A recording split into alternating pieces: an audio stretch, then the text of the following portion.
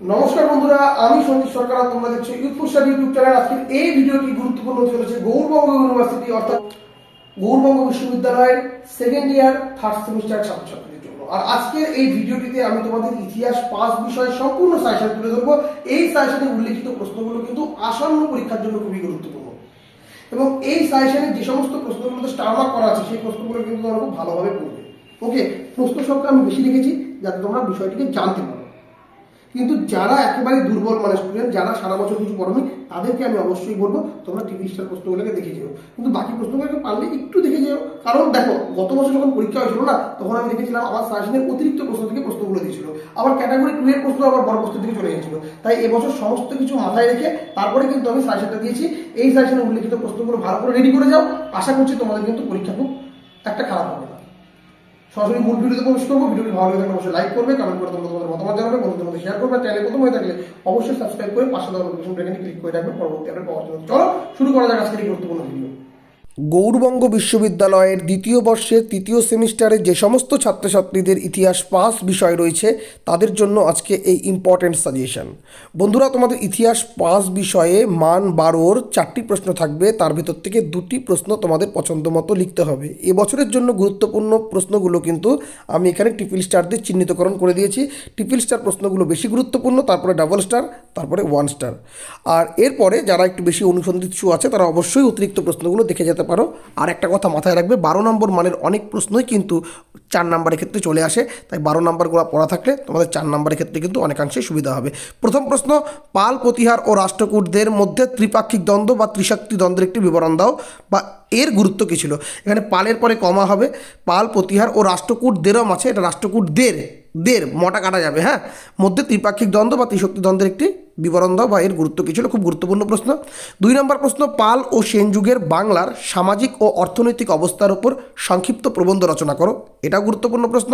3 নম্বর, গুপ্ত সাম্রাজ্যের বিস্তার এবং সংহতিতে দ্বিতীয় চন্দ্রগুপ্তের ভূমিকা আলোচনা করো। এই 3টে প্রশ্ন কিন্তু মোস্ট ইম্পর্টেন্ট। খুব ভালো মতো করে কিন্তু এই 3টে প্রশ্ন আমাদের পড়তে হবে। এর পরবর্তী 4 নম্বর প্রশ্ন, বাতাপি চালুক্য কারা ছিলেন, দ্বিতীয় পুলকেশীর কৃতিত্ব আলোচনা করো। মোস্ট ইম্পর্টেন্ট প্রশ্ন। দেখো বন্ধুরা, এখানে চালুক্য বংশ দিয়েও তোমাদের টিকা আসতে পারে বা দ্বিতীয় পুলকেশী দিয়েও টিকা আসতে পারে। তাই এই প্রশ্নটা পড়া থাকলে তোমাদের 12তেও যেরকম হয়ে যাবে, 4এও সেরকম হয়ে যাবে। এই দ্বিতীয় পুলকেশীর পার্টটি কিন্তু আমি 4-এ রেখেছি, হ্যাঁ। তো একটি প্রশ্ন পড়লে তোমাদের 2টির উত্তর হয়ে যাবে। 5 নম্বর প্রশ্ন, গুপ্ত সম্রাটদের প্রশাসনিক ব্যবস্থা বা শাসনতান্ত্রিক ব্যবস্থা সম্পর্কে আলোচনা করো। একই প্রশ্ন, খুব গুরুত্ব সহকারে পড়বে। ওকে। 6 নম্বর প্রশ্ন, চোলদের স্বায়ত্তশাসন ব্যবস্থার বর্ণনা দাও। চোলদের শাসন ব্যবস্থার বৈশিষ্ট্যগুলি আলোচনা করো। চোলদের সামুদ্রিক কার্যকলাপ সম্পর্কে লেখো। অর্থাৎ চোলের সম্পূর্ণ পাঠটা, চোলদের শিল্প স্থাপত্য সবই পড়বে। শিল্প স্থাপত্যটা আমি 4 নম্বরে রেখেছি। তো এই 6টা প্রশ্ন কিন্তু তোমরা খুব গুরুত্ব সহকারে দেখবে, প্রথম 6টি প্রশ্ন। এর পরবর্তীতে 7 নম্বর প্রশ্ন, সামন্ততন্ত্র বলতে কি বোঝো। এখানে একটা প্রশ্নবোধক চিহ্ন হতো, আমার দেওয়া হয়নি। তো সামন্ততন্ত্র কিন্তু তোমাদের 4 নম্বরে টিকে আসতে পারে। তুমি কি মনে করো তোমার অধ্যয়নের পর্বে নিষ্কর ভূমিদান প্রথা থেকে সামন্ততন্ত্রের উদ্ভব হয়েছে? এরকমভাবে প্রশ্ন বলতে পারে। নিষ্কর ভূমিদান দিয়েও কিন্তু টিকে আসতে পারে। ওকে। 8 নম্বর প্রশ্ন, প্রাচীন ভারতের ইতিহাসে দাস প্রথার উপর একটি সংক্ষিপ্ত নিবন্ধ লেখো। মোটামুটি গুরুত্বপূর্ণ রয়েছে, দেখতেই পাচ্ছ ডাবল স্টার করা আছে। তারপরে সম্রাট হর্ষবর্ধনের মূল্যায়ন করো, তাকে কি উত্তর পদস্বামী বলা যায়? এটাও কিন্তু ডাবল স্টার করা আছে। হর্ষবর্ধন কিন্তু টিকা হিসাবে আসতে পারে। 10 নম্বর, বাংলার ইতিহাসে শশাঙ্কের ভূমিকার মূল্যায়ন করো। এটাও ডাবল স্টার করা আছে, মোটামুটি গুরুত্বপূর্ণ। শশাঙ্কও কিন্তু টিকা হিসাবে আসতে পারে। এই প্রশ্নগুলো কিন্তু আমি টিকাতে রেখেছি, ওই জন্যই প্রশ্ন সংখ্যা কিন্তু একটু বেড়েছে। এইবার বন্ধুরা, তোমরা কিন্তু অতিরিক্ত প্রশ্নগুলো একটু চোখ বুলিয়ে যাবে যাতে তোমাদের অসুবিধা না হয়। এখান থেকে 4 নম্বরের প্রশ্ন বা প্রশ্নপত্র বিরূপ এই প্রশ্নগুলো কিন্তু আসার সম্ভাবনা রয়েছে। তো প্রথমে যে প্রশ্নটি রয়েছে, পল্লবদের শিল্প স্থাপত্য সম্পর্কে আলোচনা করো। একটা কথা বলে নিই, এই প্রশ্নটা কিন্তু গত বছর এসে গিয়েছে, তবুও আমি এই প্রশ্নটাকে রেখেছি, হ্যাঁ। এই প্রশ্নটা কিন্তু গুরুত্বপূর্ণই নয় এবছরের জন্য, কিন্তু তবুও যদি 4 নম্বরের টিকা হিসাবে দিয়ে দিতে পারে, তো ওই জন্যই এটা রাখা হয়েছে। তবে এটা জানারও তোমাদের দরকার আছে, তাই রেখেছি। কিন্তু এই প্রশ্নটা কিন্তু গত বছর চলে এসেছে, বুঝতে পেরেছো? পরবর্তী প্রশ্ন, দক্ষিণ ভারতের রাষ্ট্রকূট বংশের শাসন ব্যবস্থার বর্ণনা দাও। প্রশ্নপত্র বিরূপ হলে এই প্রশ্নটা আসতে পারে, বা রাষ্ট্রকূট বংশ হিসাবে কিন্তু তোমাদের টিকাও আসতে পারে। এর পরবর্তী প্রশ্নটা লক্ষ্য রাখো, মুসলমান অনুপ্রবেশের প্রাককালে ভারতের অবস্থার বর্ণনা দাও। মানে মুসলমানরা যে ভারতে আসলো তার আগে ভারতের অবস্থাটা কেমন ছিল। এবং এরই পাশাপাশি তোমরা আরবদের যে সিন্ধু বিজয়ের কারণ ও ফলাফল এবং তাৎপর্য বা ফলাফল তাৎপর্য জিনিস তো, এটা সম্পর্কে আলোচনা করো। তোমাদের মেন পার্ট কিন্তু তৃতীয় সেমিস্টারে গুপ্তযুগকে কেন্দ্র করে, তাই তোমাদের গুপ্তযুগের সামাজিক এবং অর্থনৈতিক অবস্থাকে যেরকম জানতে হবে, পাশাপাশি গুপ্তযুগের শিল্প স্থাপত্য, ভাস্কর্য, চিত্রকলা, সংস্কৃত সাহিত্যও তোমাদের জানতে হবে। গুপ্তযুগের বিজ্ঞান কিন্তু উন্নত ছিল, ওই জন্য এই গোটা পার্টটাকে পড়লে গুপ্তযুগকে কেন সুবর্ণময় যুগ বলা হয় বা হিন্দু ধর্মের পুনরুত্থানের যুগ বলা হয় এটা তোমরা জানতে পারবে। তো এই অবস্থার পরিচয় দাও এবং গুপ্তযুগের গিল্ড ব্যবস্থা সম্পর্কে লেখো। তো এই পার্টগুলো যেগুলো দেওয়া আছে, গিল্ড ব্যবস্থা টিকা হিসাবে আসতে পারে বা গুপ্তযুগকে সুবর্ণময় যুগ বা হিন্দু ধর্মের পুনরুত্থানের যুগ বলা হয়, এটা নিয়ে তোমাদের কিন্তু আসতে পারে 4 নম্বরে। গুপ্তযুগের শিল্প, গুপ্তযুগকে কেন্দ্র করে 4 নম্বরের প্রশ্ন কিন্তু প্রশ্নপত্র বিরূপণে টিকা হিসাবে কিন্তু আসতেই পারে, তাই রেখা দেওয়া হয়েছে পাঠটিকে জানার জন্য। আর পরবর্তী প্রশ্ন রয়েছে এবং সর্বশেষ প্রশ্ন 12 নম্বরের, হুন কারা? হুন আক্রমণ প্রতিরোধে স্কন্দগুপ্ত কি ভূমিকা নিয়েছিলেন বা বলতে পারে তুমি কি মনে করো স্কন্দগুপ্ত ছিলেন ভারত রক্ষাকারী? একই উত্তর হবে। তো স্কন্দগুপ্ত কিন্তু টিকা হিসাবে কিন্তু আসতে পারে বা হুন সম্পর্কেও টিকা আসতে পারে। তো 12 নম্বরের প্রশ্নগুলো পড়লে তোমাদের কিন্তু অধিকাংশ 4 নম্বরের প্রশ্নের উত্তরই কিন্তু হয়ে যাবে। বুঝতে পেরেছো? 15টা প্রশ্ন রাখা হয়েছে। এই 15টা প্রশ্নের ভিতর থেকে কিন্তু প্রথম 10টি যে প্রশ্ন ছিল, এই 10টি প্রশ্ন গুরুত্বপূর্ণ।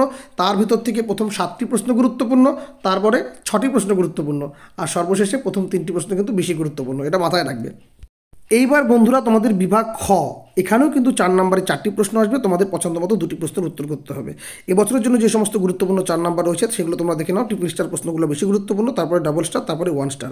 ওকে, প্রথম প্রশ্ন হচ্ছে ফাইহেন, তারপরে বানভট্ট। বানভট্ট না দিয়ে বলতে পারে হর্ষচরিত, উত্তর কিন্তু একই হবে। এরপরে ইত সিং, বাকাটক বংশ, রামগুপ্ত, নালন্দা বিশ্ববিদ্যালয়। এই যে 6টা প্রশ্ন ডিপ্রিস্টার করা আছে এগুলো কিন্তু খুব গুরুত্বপূর্ণ। এরপরে এলাহাবাদ প্রশস্তি, মৌখুরি বংশ, মাৎসন্যায়, কৌলিন্য প্রথা, অতীশ দীপঙ্কর, সেন বংশের প্রতিষ্ঠাতাকে, এই বংশের শেষ রাজার কৃতিত্ব লেখো। সেন বংশের সর্বশেষ রাজা ছিলেন কিন্তু লক্ষণ সেন। তো এই লক্ষণ সেন দিয়েও কিন্তু টিকা আসতে পারে। ওকে, উত্তর কিন্তু একই। আর 13 নম্বরে রয়েছে তৃতীয় গোবিন্দ। এই 13টি প্রশ্ন তোমাদের কিন্তু খুব গুরুত্ব সহকারে পড়তে হবে মান 4-এর জন্য।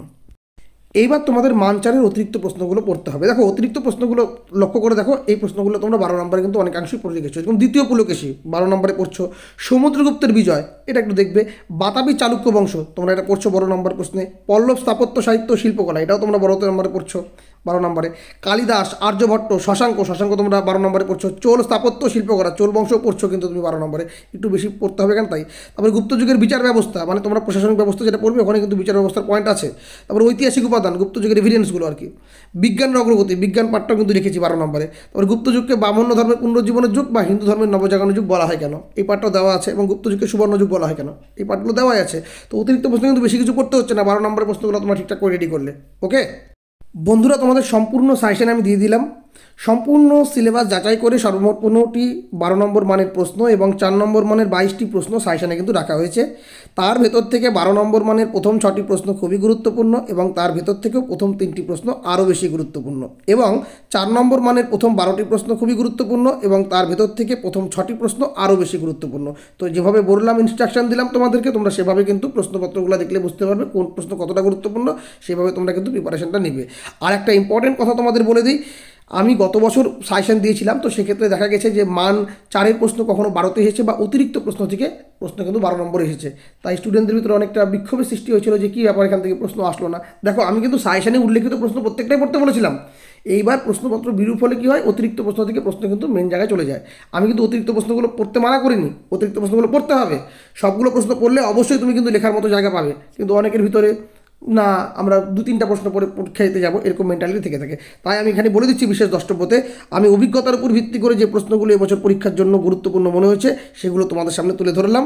এর মানে এই নয় যে এগুলো পড়লেই কমন আসবে, তবে হ্যাঁ এই প্রশ্নগুলো পড়া থাকলে তোমরা পরীক্ষার হলে উপকার অবশ্যই পাবে।